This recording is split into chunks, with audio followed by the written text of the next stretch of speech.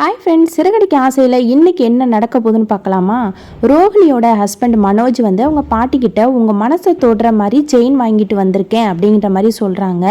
அதுக்கு வந்து நீயே போட்டு விடு அப்படின்னு மனோஜ் சொல்கிறாரு ரோஹிணிக்கிட்ட.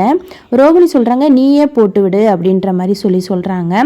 மீனாவோட அம்மா வந்து மாப்பிள்ளையை இன்னும் காணலையேன்னு மீனா கிட்ட கேட்குறாங்க. இப்போ வந்துருவாருன்னு சொல்லி மீனா சொல்கிறாங்க. ரவி வந்து பாட்டிக்கு கேக்கு தான் கிஃப்ட் கொடுக்குறாங்க. இதெல்லாம் எனக்கு வேண்டாம்ப்பா, சாப்பிட மாட்டேன் அப்படின்னு சொல்லி பாட்டி சொல்கிறாங்க. அதற்கு ரவி வந்து இந்த கேக்கு வந்து ஸ்பெஷல் கேக்கு, இது வந்து சுகர் வந்தவங்க கூட சாப்பிடலாம் அப்படின்னு சொல்கிறாங்க. இதை ஹோட்டலில் கூட நான் அறிமுகப்படுத்தலான் இருக்கேன் பாட்டி, நாச்சியார்னு உங்கள் பேரை வைக்க போகிறேன் அப்படின்னு சொல்லிட்டு ரவி சொல்கிறாங்க. அதுக்கு ரவியோட அம்மா பார்த்தீங்கன்னாக்கா, ஏன்டா அப்போ அம்மா அப்பா பேரெல்லாம் வைக்க மாட்டியா அப்படின்னு சொல்லி கேட்குறாங்க.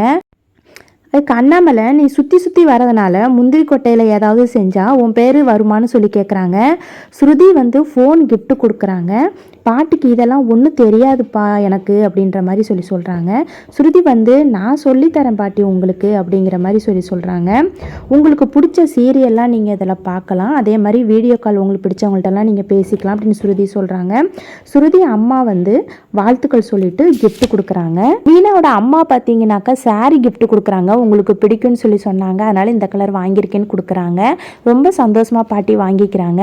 மீனா மாமியார் வந்து விஜயா இருக்காங்களா, அவங்க ஃப்ரெண்டுக்கிட்ட பாத்தியா இந்த 2 பழமும் 100 ரூபாய்க்கு புடவையும் தராங்க, நம்ம சம்மந்திக்கு முன்னாடி மானத்தை வாங்குறாங்க. விஜயோட ஃப்ரெண்டு வந்து அதுக்கு என்ன சொல்கிறாங்க அப்படின்னாக்கா, அவங்களால முடிஞ்சதை அவங்க கொடுக்குறாங்க, இப்போ என்ன உனக்கு அப்படிங்கிற மாதிரி சொல்லிடுறாங்க.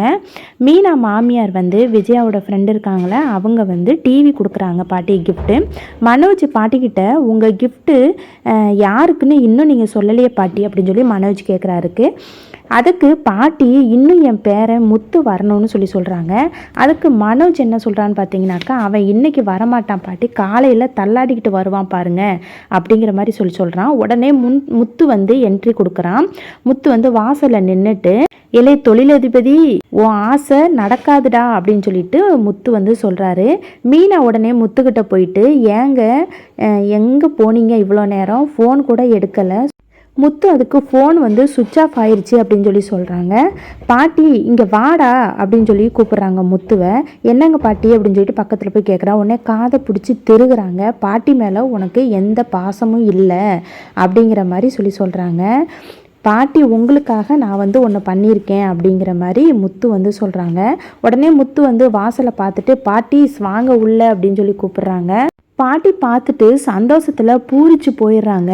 ரொம்ப சந்தோஷமாக பேசிக்கிட்டு இருக்காங்க அவங்க ஃப்ரெண்ட்ஸு கூட. மீனா கிட்ட அறிமுகப்படுத்துகிறாங்க. பாட்டி வந்து யார் அப்படின்னு சொல்லிட்டு பாட்டி அறிமுகப்படுத்துகிறாங்க.